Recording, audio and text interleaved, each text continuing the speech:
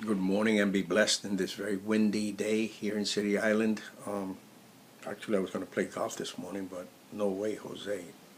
25 to 35, 40 miles, 40-mile winds. It's not fun. Anyway, we want to move right along with Stephen Covey.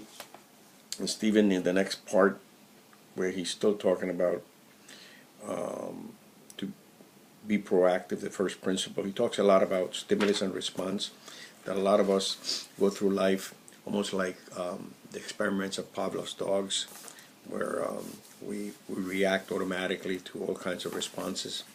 Most of you remember that experiment from high school. And basically he gives an example of Viktor Frankl in Auschwitz, Birkenau, where he was a prisoner. Where he said the people that survived were the people who knew that they still had a particular freedom that's particular to humans, and that's the freedom to choose. And he basically says that between stimulus and response, there is a space. And that space, if we learn how to use it, is our freedom to choose. So he defines proactivity.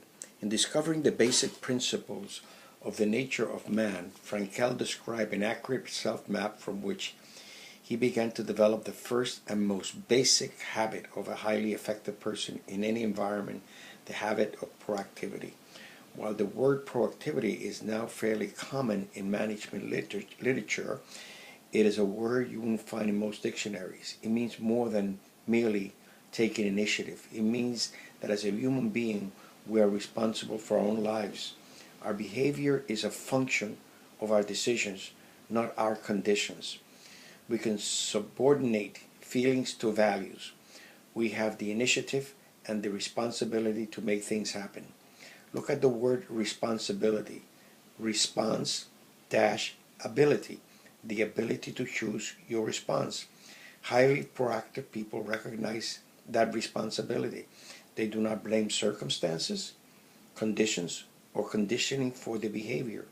Their behavior is a product of their own conscious choice, based on values rather than a product of their conditions based on feelings.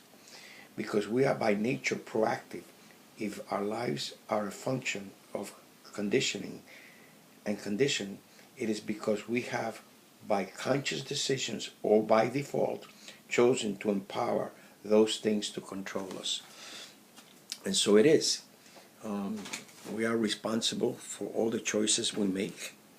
And what we have to do is, through a series of exercises, which I believe are meditation, contemplation, silence time, you begin to realize that you have a choice. You have a choice about what happens to you. And you have to begin to identify every single day what are the things that you do so automatically that you are not even aware of them. So awareness is a very important piece. And Covey gives a map here in which I'm going to show you. He talks about stimulus and response, and then freedom to choose. And in freedom to choose, you have self-awareness, imagination, independent will, and consciousness. Now, I don't know if this will show here, but that's the map. And that's what each and every one of us have to realize, that between stimulus and response, we have that opportunity, that space. And that space is where all the juice, all the power is for human beings. And once we learn how to do that, we begin to find happiness, joy in our lives, and more important, freedom in our lives. Be well, be blessed, give somebody a big hug, have your little coffee, laugh a lot, very important, and I give you all a big hug on this windy day. May you be well, may you be happy, joyous. Amen.